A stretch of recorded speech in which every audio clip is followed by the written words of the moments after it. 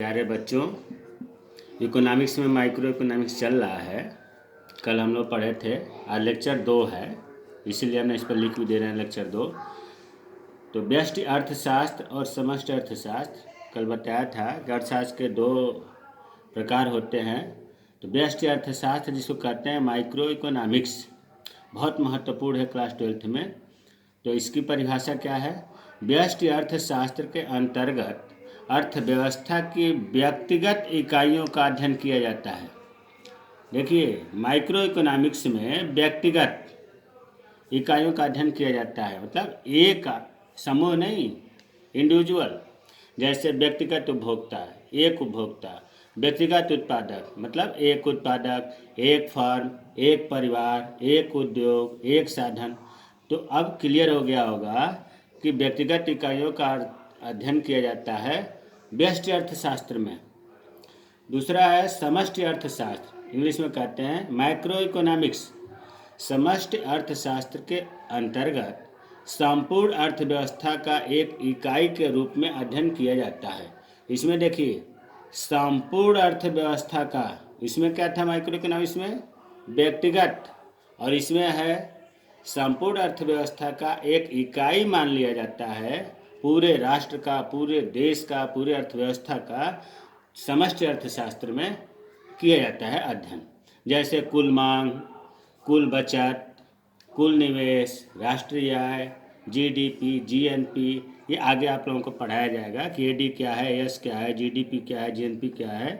तो इन दोनों में अंतर और परिभाषा खूब पूछा जाता है। अंतर करके देख लेते हैं।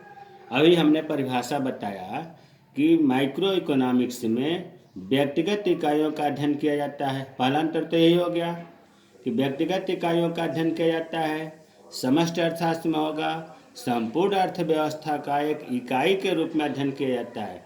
ध्यान देने की बात है, संपूर्ण अर्थव्यवस्था का एक इकाई मान लिया जाता है और उसका अध्ययन किया जाता है।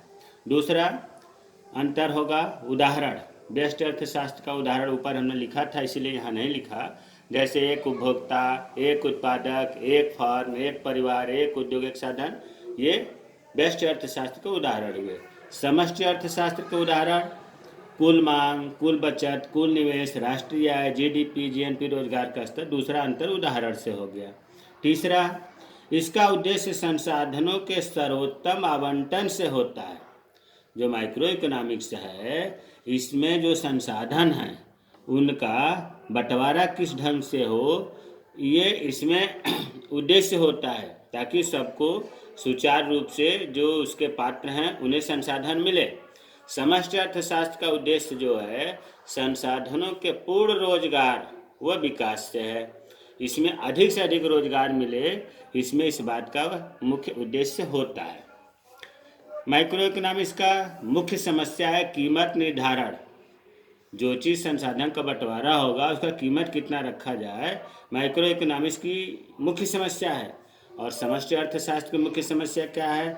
आय व रोजगार का निर्धारण, किस प्रकार से लोगों की आय बढ़े, किस प्रकार से लोगों को रोजगार मिले, ये समष्टि अर्थशास्त्र की समस्या है। पांचवा अंतर, व्यष्टि अर्थशास्त्र में अन्य सभी बातें सामान्य रहने पर भी मान्यता पर सिद्धांत बनाए जाते हैं। इसका अर्थ हुआ कि माइक्रो इकोनॉमिक्स में सरकार सिद्धांत बनाती है, तो माइक्रो इकोनॉमिक्स के अंतर्गत उस सिद्धांत का पालन होता है। इसमें क्या होता है समष्टि अर्थशास्त्र में कि इसमें जो है समग्र मांग, समग्र पूर्ति, औसत लागत आदि की निर्भरता का अध्ययन होता है। तो अब हमें क्लियर हो गया होगा कि माइक्रो इकोनॉमिक्स और माइक्रो इकोनॉमिक्स में अंतर क्या है। बहुत महत्वपूर्ण है, डेफिनेशन भी पूछा जाता है, डिफरेंस भी पूछा जाता है। अर्थव्यवस्था, इकोनॉमी। अर्थव्यवस्था एक ऐसी प्रणाली है जो लोगों को जीविका प्रदान करती है। जीविका का मतलब रोजी रोटी। अर्थव्यवस्था एक ऐसा सिस्टम है जिससे लोगों को रोजी रोटी मिलता है। अर्थव्यवस्था कई प्रकार की होती है, 5 प्रकार की होती है, 1, 2, 3, 4, 5।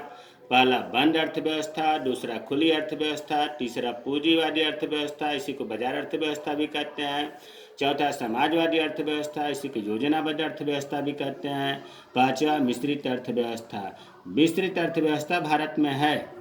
बंद अर्थव्यवस्था, जिस अर्थव्यवस्था का अन्य देशों के साथ आर्थिक संबंध नहीं होता। यहाँ देखिए बहुत महत्वपूर्ण बात है, आर्थिक संबंध। आर्थिक संबंध का मतलब होता है आयात निर्यात से। आयात उसे कहते हैं जब दूसरे देशों से वस्तुओं और सेवाओं को अपने यहाँ मंगाया जाता है। निर्यात उसे कहते हैं जो अपने देश से दूसरे देश को दिया जाता है। तो बंद अर्थव्यवस्था में किसी भी देश के साथ आयात निर्यात नहीं होता है, आर्थिक संबंध नहीं होता है, उसे बंद अर्थव्यवस्था कहते हैं। खुली अर्थव्यवस्था, जिस अर्थव्यवस्था का अन्य देशों के साथ आर्थिक संबंध होता है, मतलब अन्य देशों के साथ आयात निर्यात होता है, उसे खुली अर्थव्यवस्था कहते हैं।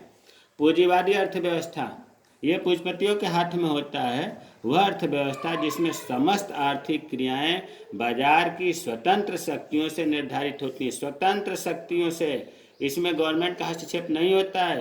पूंजीपतियों का इसमें काम करता है शक्ति, बुद्धि, पूंजी।